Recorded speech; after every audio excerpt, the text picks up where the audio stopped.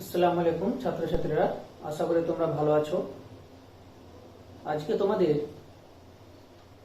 আমরা আগের দিন ক্লাসে মাছ চাষ সম্পর্কে এবং তার আগে মৌমাছি প্রতিপালন সম্পর্কে জেনেছি। আজকে মেলে যেটা আমরা জানবো সেটা হচ্ছে পোল্ট্রি পাখি সম্পর্কে বা পোল্ট্রি মুরগি, যেটা তোমরা জানো। তো আমরা আজকে পোল্ট্রি সম্পর্কে জানবো। তাহলে পোল্ট্রি প্রতিপালনের ক্ষেত্রে আমাদের কয়েকটা বিষয় মাথায় রাখতে হবে। যে আমরা নর্মাল যে বিভিন্ন পোল্ট্রি প্রতিপালন করার ক্ষেত্রে আমরা দেখেছি যে বাজার থেকে যে আমরা মুরগিগুলো কিনি, সেই মুরগিগুলো কেনার মেন উদ্দেশ্য কি? কারণ আমাদের খাদ্যের জোগান। তাহলে যে কোনো ভাবে আমরা প্রাকৃতিকভাবে যে সমস্ত আমরা মুরগিগুলো জানি, যেমন দেশি মুরগি আমরা যেগুলো বলে থাকি, সেগুলো প্রাকৃতিক নিয়মে বেড়ে ওঠে এবং সেই ক্ষেত্রে একটা সময়সাধ্য ব্যাপার, এবং আমরা হয়তো দীর্ঘ সময়ে অল্প পরিমাণে আমরা খাদ্যের যোগান পেয়ে থাকি। কিন্তু এই ক্ষেত্রে আমাদের একটা কথা বলতে হবে,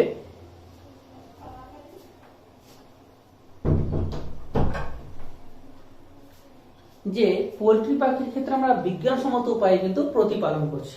অর্থাৎ বিজ্ঞানসম্মত উপায়ে আমরা অতি অল্প সময়ে অনেকটা বেশি পরিমাণে মাংস পাচ্ছি বা আমাদের খাদ্যের যোগান পাচ্ছি।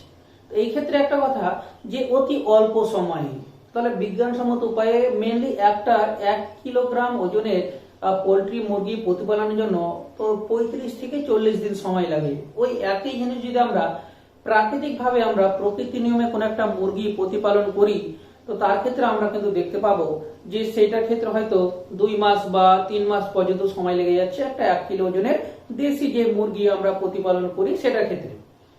তাহলে এই পোল্ট্রি পাখির ক্ষেত্রে বা পোল্ট্রি মুরগি প্রতিপালনের ক্ষেত্রে আমরা এর শ্রেণী বিভাগগুলো জানবো, যে কি কি প্রকারের পোল্ট্রি মুরগি হয়। মেনলি পোল্ট্রি মুরগি আমরা কিছু পোল্ট্রি মুরগি দেখব যেগুলি মেনলি ডিম উৎপাদন করে। এই যে আমরা ডিম খাচ্ছি, এরকম ডিম উৎপাদনকারী। কিছু আছে কেবলমাত্র মাংস উৎপাদন করে, আর কিছু পোল্ট্রি মুরগি আছে যারা কি করে ডিম এবং মাংস উভয় উৎপাদন করে। তাহলে আমরা এরকম স্টেপ ওয়াইজ পোল্ট্রি মুরগি সম্পর্কে প্রথমে প্রকারভেদটা জানবো, যেরকম মাছেদের ক্ষেত্রে জেনেছিলাম। তারপরে যেটা জানবো, পোল্ট্রি মুরগি কি করে প্রতিপালন করা হয় বিজ্ঞানসম্মত উপায়ে বা কৃত্রিম উপায়ে, তাই তো? তাহলে সেই প্রতিপালনের পদ্ধতিটা আমরা পরবর্তীতে জানবো। তাহলে আমরা প্রথমে যদি জানতে যাই যে তাহলে পোল্ট্রি পাখি ক্ষেত্রে যে ইন্ট্রোডাকশনটা দেওয়া হলো, মেনলি ডিম এবং মাংসের জন্য আমরা এই পাখিটাকে প্রতিপালন করে থাকি। তো এদের ক্ষেত্রে অর্থনৈতিক উপযোগিতার ভিত্তিতে, তাহলে প্রথমে আমরা যে শ্রেণী বিভাগটা করব সেটা হচ্ছে অর্থনৈতিক উপযোগিতা,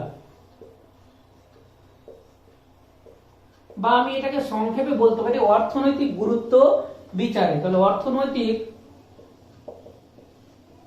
গুরুত্ব অনুসারে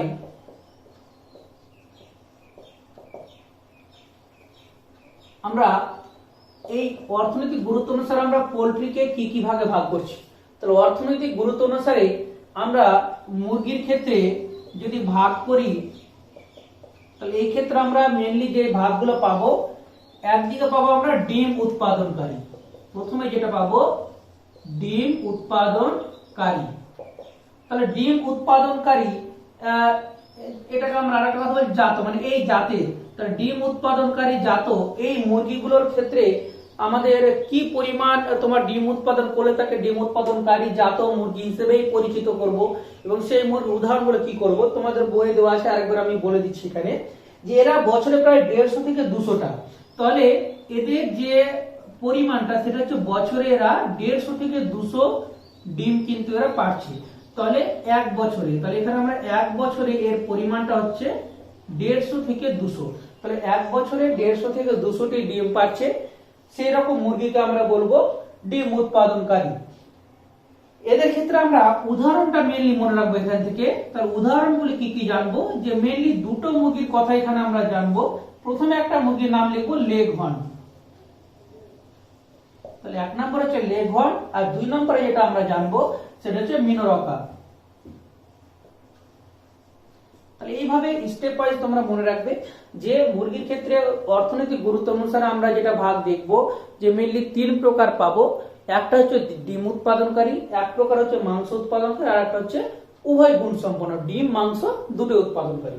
তাহলে আমরা এখানে ডিম উৎপাদনকারী মানে 1 বছরে 150 থেকে 200টি ডিম পারবে। এই ক্ষেত্রে দুটি মুরগি, একটা হচ্ছে লেঘন আর একটা মিনরকা। তাহলে আমরা মেনলি কোনটাকে আমরা ডিম উৎপাদন করব তার একটা নির্দিষ্ট নিয়ম মেনে যে কত পরিমাণ ডিম পাড়া আমরা ওটাকে আমরা বলতে পারি। তাহলে এইটা আমরা লিখলাম। 2 নম্বর একটা আমরা ভাগ পেয়ে যাব মাংস উৎপাদনকারী।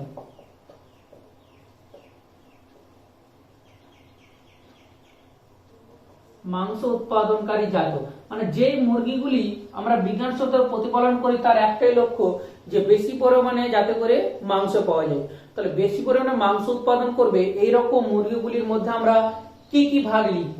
তাহলে এই ক্ষেত্রে বলা হচ্ছে যে এই ধরনের মুরগি কাকে হলো, এই মুরগিগুলি কেবলমাত্র মাংস উৎপাদনের জন্যই বিখ্যাত বা অল্প সময়ে অধিক পরিমাণে মাংস আমরা এদের কাছ থেকে পেয়ে থাকি, তাই এদেরকে পালন করা হয়। তাহলে মেনলি এখানে আমরা উদাহরণগুলি করব। তাহলে উদাহরণগুলির ক্ষেত্রে আমাকে প্রত্যেকটা নাম কিন্তু এখানে মনে রাখতে হবে। যেমন আসিল, তারপরে চিটাগাং,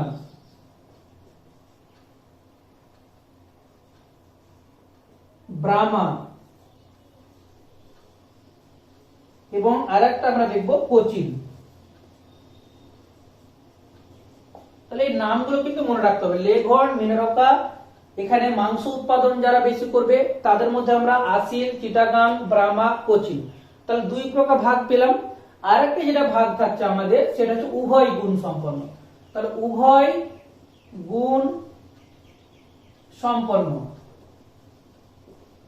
তাহলে উভয় গুণ সম্পন্ন মানে ডিম প্লাস মাংস।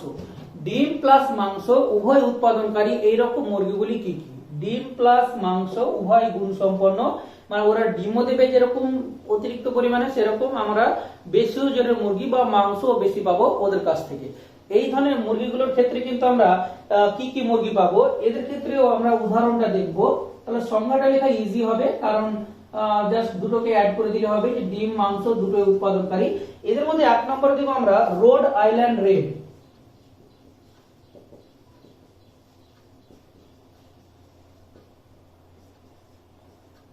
রোড আইল্যান্ড রেড, তাহলে একটা হলো রোড আইল্যান্ড রেড। এছাড়া আছে প্লাইমাউথ রক। তাহলে এই নামগুলোকে একটু কষ্ট করে মুখস্থ করতে হবে। রোড আইল্যান্ড রেড, তারপরে আছে প্লাইমাউথ রক। এছাড়া আমরা আরেকটা দেখবো নিউ হ্যাম্পশায়ার। তাহলে আরেকটা নাম দেখছি আমরা নিউ হ্যাম্পশায়ার। তাহলে দেখো প্রত্যেকটা 3টা 4টা বা 2টো করে এই যে নাম আছে, এই নামগুলো তোমরা অবশ্যই প্রত্যেকে মুখস্থ করবে। তাহলে এখান থেকে আমরা মিলে ডিম উৎপাদনকারী, মাংস উৎপাদনকারী আর উভয় গুণ সম্পন্ন 3 প্রকারের কিন্তু মুরগির উদাহরণ আমরা এখানে জানলাম। তাহলে এই 4টা থেকে মেনলি যেটা করতে হবে তোমাকে এখান থেকে কিন্তু এই উদাহরণগুলোকে মেনলি মনে রাখতে হবে, সংজ্ঞাটা ইজিলি বুঝতে পারবে। এখানে তো ডাটা বেসিস সংজ্ঞা রয়েছে যে 150 থেকে 200টি ডিম পাচ্ছে, বাকি মাংস উৎপাদন মানে বেশি পরিমাণে মাংস তৈরি করবে, আর উভয় গুণ মানে দুটোই গুণ থাকবে, মাংস প্লাস ডিম দুটোই। তাহলে এখান থেকে আমরা বেরিয়ে যাচ্ছি। তাহলে এই জায়গাটা অর্থনৈতিক গুরুত্ব ভাবে কি কি ভাগ আছে, হ্যাঁ, বা আমরা ব্যবসায়িক দিক থেকে দেখতে গেলে আমরা 3 ভাবে মুরগি প্রতিপালন করতে পারি। এরপর আমরা দেখবো ওজন অনুসারে যে কোন ধরনের মুরগিগুলির ওজন বেশি বা ভারী জাতের ওজন বিশিষ্ট, আর কোনটা দেখবো হালকা জাতের মানে তুলনামূলক কম ওজন বিশিষ্ট মুরগি। তাহলে সেই ভাগগুলো এবার আমরা দেখবো। তাহলে প্রথমে দেখলাম অর্থনৈতিক গুরুত্ব অনুসারে মুরগির ভাগ, এবার দেখবো আমরা ওজন অনুসারে।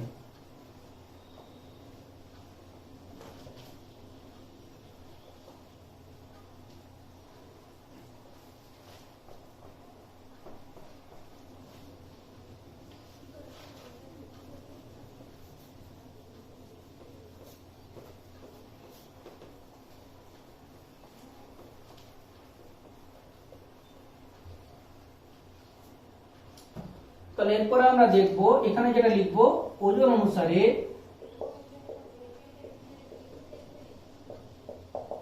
তাহলে আমাদের ভাগের যে শ্রেণী সেটা হচ্ছে ওজন অনুসারে। এখানে আমরা লিখবো মুরগি। তাহলে ওজন অনুসারে মুরগি কত প্রকার হবে সেই সম্পর্কে এবার এখানে আমরা জানবো। তাহলে একদিক জানবো আমরা হালকা জাত। হালকা জাত মানে যেটা লাইট ওজন, মানে তুলনামূলক কম ওজন হবে।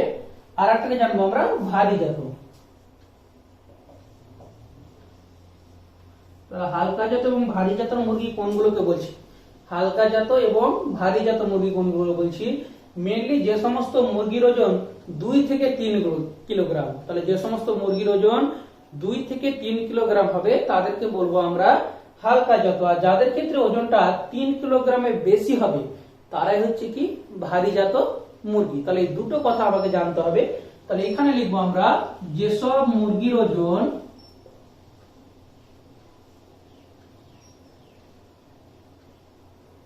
কত হবে 2 থেকে 3 কিলোগ্রাম। তাহলে যেসব মুরগির ওজন 2 থেকে 3 কিলোগ্রাম হবে তাদের হালকা জাত মুরগি বলা হয়।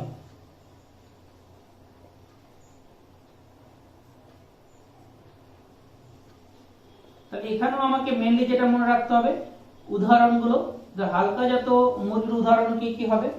সেম ভাবে আমরা ওইদিকে আগে যদি সংজ্ঞাটা লিখি তার আগে উদাহরণটা জানবো। 1 নম্বরে যে উদাহরণটা আমরা এখানে পারবো সেখানে হচ্ছে লেঘন কথা বলবো আমরা। তাহলে এখানে বলছি হালকা জাতের মধ্যে হচ্ছে লেঘন। তাহলে লেঘন মুরগিটা কিন্তু যেরকম আমরা লেঘন মুরগিটাকে আমরা আগের ক্ষেত্রে যে অর্থনৈতিক গুরুত্ব অনুসারে এই মুরগিটা কি ভাগের মধ্যে পড়ছে সেটা যেরকম ডিম উৎপাদনকারী, সেরকম এটা হচ্ছে কি হালকা জাতের মুরগি। মানে তোমার কেবলমাত্র এরা এই মুরগিগুলোর ওজন 2 থেকে 3 কিলোগ্রাম হবে পূর্ণাঙ্গ অবস্থাতে। তার সাথে আমরা ভারী জাত বললে এখানে বলবো আমরা যেসব মুরগির ওজন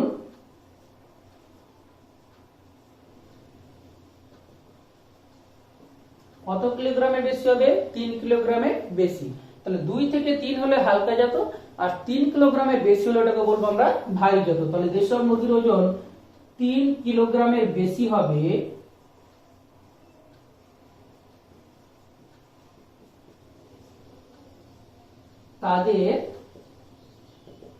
তাদের আমরা ভারী জাত মুরগি বলবো।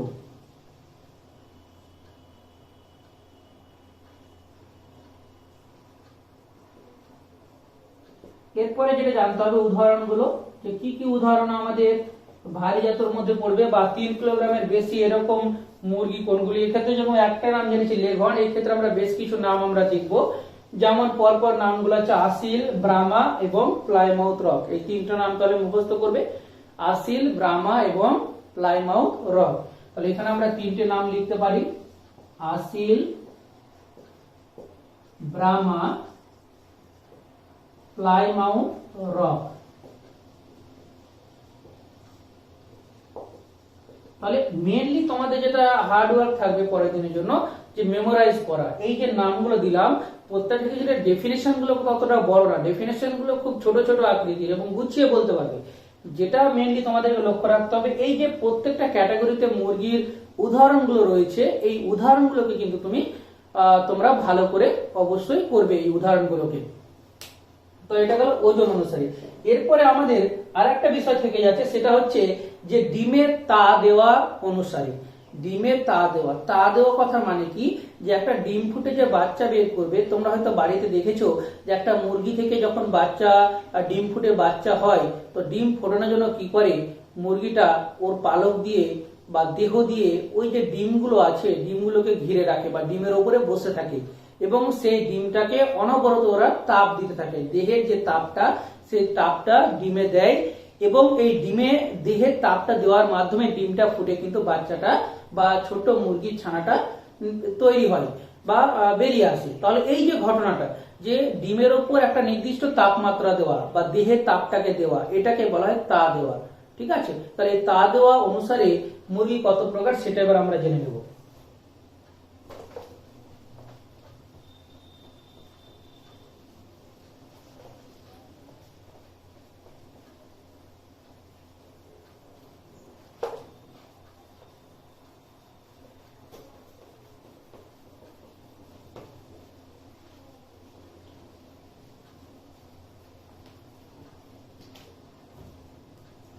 তাহলে তা দেওয়া অনুসারে আমরা মুরগিটা কত প্রকার সেটা আমরা দেখব।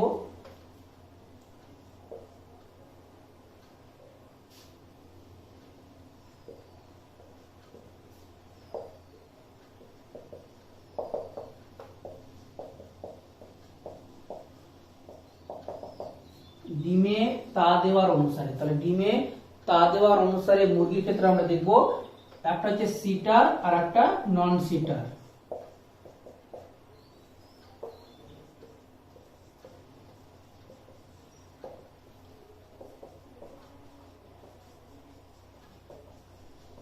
তাহলে একটা সিটার মুরগি বলবো আর একটা নন সিটার।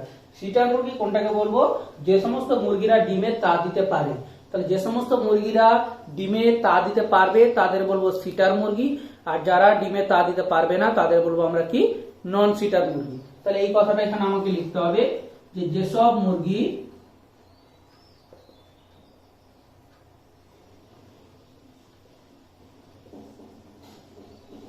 ডিমে তা দিতে পারে তাদের সিটার বলে। তাহলে উদাহরণটাও এখানে একইভাবে আমাদের উদাহরণগুলো জানতে হবে। মেইনলি আমরা দুটির কথা জানবো, একটা হচ্ছে ব্রাহ্মা আর একটা কোচিন। ব্রাহ্মা এবং কোচিন, তাহলে এই দুটো নাম তোমরা কিন্তু অবশ্যই লিখবে। একটা হচ্ছে ব্রাহ্মা, তা ব্রাহ্মা জাতের মুরগিরা তা দিতে পারবে বা ডিম ফুটে বাচ্চা তৈরি করতে পারবে। আর 2 নম্বরে দেখবো আমরা কোচিন। তাহলে কোচিন জাতের মুরগিরাও কিন্তু ডিমে তা দিতে পারবে। তাহলে এই দুই প্রকৃতির মুরগিরা পারবে। নন সিটার মানে যারা, যে সমস্ত মুরগিরা ডিমে তা দিতে পারে না তাদের বলা হয় নন সিটার মুরগি। তাহলে এখানে আমরা সেই কথাটা লিখবো, যেসব মুরগি ডিমে তা দিতে পারে না তাদের নন সিটার মুরগি বলে।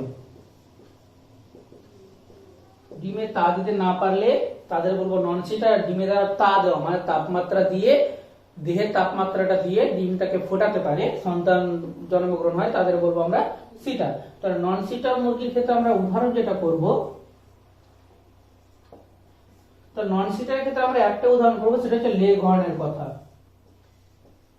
তাহলে নন সিটার মধ্যে কার কথা বলবো? Leg horn. তাহলে লেগ হর্নটাকে যেরকম আমরা 3 জায়গায় পেয়েছি, এক পেয়েছিলাম ডিম উৎপাদনকারী, তারপর পেয়েছিলাম আমরা হালকা জাতের, আর এখানে পেলাম কি? নন সিটার। তাহলে লেগ হর্ন মুরগিটা ডিম উৎপাদন করতে পারে এবং ওটা ওজনে 2 থেকে 3 কিলোগ্রামের মধ্যে হবে, এবং এরা কি করতে পারে না? ডিমে তা দিতে পারে না, কেবলমাত্র ডিমটাকে উৎপাদন করতে পারছে। তাহলে এই গেল মুরগিদের টোটাল শ্রেণী বিভাগটা, কি কি প্রকারের মুরগি হয়। তাহলে অর্থনৈতিক ভাবে গুরুত্ব অনুসারে যে যারা হালকা তোমার ডিম উৎপাদন করবে, কিছু আছে মাংস আর কিছু আছে ডিম ও মাংস উভয় গুণ সম্পন্ন। এরপরে আমরা জানলাম ওজন অনুসারে, কিছু মুরগি আছে যাদের 2 থেকে 3 কিলোগ্রাম ওজন হয়, তাদের আমরা হালকা জাতের, আর কিছু আছে ভারী জাতের 3 কিলোগ্রামের বেশি। যেটা সংজ্ঞাগুলো কিন্তু খুব ইজি লাগবে, কিন্তু তোমাকে মেনলি উদাহরণগুলো ভালো করে মনে রাখতে হবে। প্রত্যেকটা মুরগির ধরে ধরে উদাহরণগুলো মুখস্থ করবে। এবং আজকের ক্লাসটা একটু কম লেন্দি করবে এই কারণে, কারণ ডাটা বেসিস ক্লাস, অর্থাৎ তোমাকে তথ্য মনে রাখতে হচ্ছে, প্রত্যেকটা উদাহরণ ধরে ধরে মনে রাখতে হবে। তাই ডাটা বেসিস ক্লাসে কম করে ক্লাস করাবো, যাতে করে তোমরা জিনিসটাকে ধরে রাখতে পারো এবং পরের দিন ইনপুটটা দিতে পারো বা মুখস্থ করতে পারো তোমরা। তাহলে এই গেল তোমাদের শ্রেণী বিভাগ। এরপরে আমি আজকে একটা টপিক করব, যে কি করে মুরগিদের প্রতিপালন করা যায় বা পদ্ধতিটা কি, সেটা আমরা পরের ক্লাস আলোচনা করব। তার আগে একটা টুকরো অংশ আমি একটু আলোচনা করে নেব, যে পোল্ট্রি মুরগি থেকে আমরা কি কি পুষ্টিগুণ পাই। তাহলে পোল্ট্রি থেকে আমরা যেরকম ডিম পাই এবং মাংস পাই, তো ডিম ও মাংস পাওয়ার মাধ্যমে আমরা খাদ্যের কোন কোন উপাদান আমরা পাচ্ছি। তাহলে আমরা মেনলি যেটা জানি, আগের তোমার ধারণা থেকে যেটা তোমরা জানো, যে মেনলি মাছ, মাংস, ডিম থেকে আমরা প্রোটিন পেয়ে থাকি। তাহলে এই ক্ষেত্রেও আলাদা হবে না, যে পোল্ট্রি মুরগির প্রধান যে পুষ্টিগুণ দেখবো আমরা, সেটা হচ্ছে তোমার প্রোটিন আমরা এখান থেকে পেয়ে থাকি বেশি হারে। এছাড়া আমরা ভিটামিন পাবো, খনিজ মৌল পাবো, ওগুলো আমরা আলোচনা করব। তাহলে এর পরের টপিকটা আমরা আজকে জেনে নেব, সেটা যে পোল্ট্রি মুরগির পুষ্টিগুণগুলি কি কি।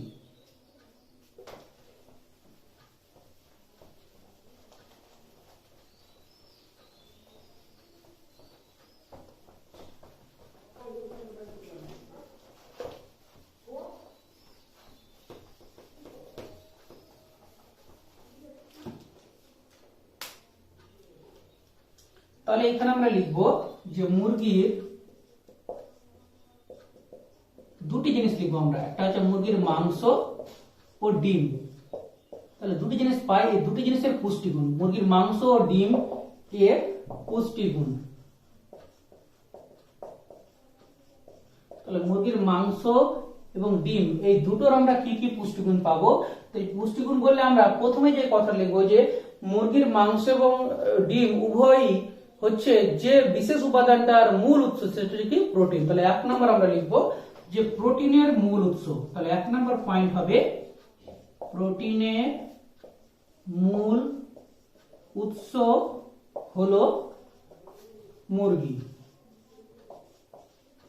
তাহলে এটা গেল প্রোটিনের মূল উৎস।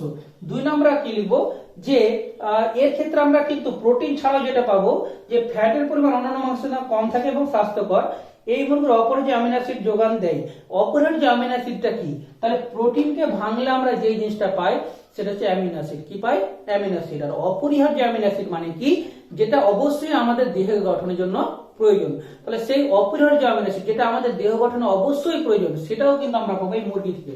তাহলে 2 নম্বর পয়েন্ট যেটা দেবো কি যে অপরিহার্য অ্যামিনো অ্যাসিড। অপরিহার্য মানে হচ্ছে যেটা অবশ্যই দেহ গঠনের জন্য দরকার। আর অ্যামিনো অ্যাসিডটা কি থেকে পাবো? প্রোটিনকে ভেঙে। তাহলে অপরিহার্য অ্যামিনো অ্যাসিড, অপরিহার্য অ্যামিনো অ্যাসিডটা আমরা কোথা থেকে পাচ্ছি? পোল্ট্রি মুরগি। তাহলে প্রোটিনের মূল উৎস, অপরিহার্য অ্যামিনো অ্যাসিডের মূল উৎস যেটা আমাদের অবশ্যই দরকার। এছাড়া আমরা যেটা দেখব বিভিন্ন খনিজ মৌল। তাহলে এখানে আমরা পয়েন্ট লিখবো খনিজ মৌল।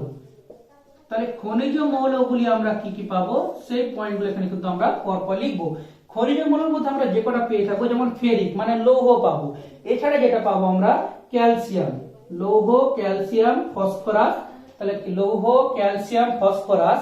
এছাড়া আমরা যেটা পাবো সেটা হচ্ছে পটাশিয়াম। তাহলে এই 4টে তোমরা খনিজ মৌলের নাম কিন্তু মুখস্থ করবে যেগুলো আমরা এই মুরগির মাংস এবং ডিম থেকে পেয়ে থাকি। এছাড়া আমরা 4 নম্বরে যে জিনিসটা পাবো সেটা হচ্ছে ভিটামিন। তাহলে এই 4টে কমন উপাদান খাদ্যের যেগুলো কিন্তু আমরা প্রায় বিভিন্ন খাদ্য উপাদানে পেয়ে থাকি। যেরকম এর ক্ষেত্রে মধুর ক্ষেত্রে আমরা এগুলো আলোচনা করেছিলাম। তো সেই ক্ষেত্রে হয়তো একটু লক্ষ্য করবে ভিটামিন গুলোর নাম, খনিজ মৌলের নামগুলো আলাদা থাকছে। তো এখানে আমরা কি কি ভিটামিন বলবো? এখানেও আমরা ভিটামিন এ এর কথা বলবো। এছাড়া ভিটামিন বি কমপ্লেক্সের কথা বলবো, এ বি কমপ্লেক্স। তাহলে ভিটামিন এ, বি কমপ্লেক্স। এছাড়া ভিটামিন ডি এবং ই।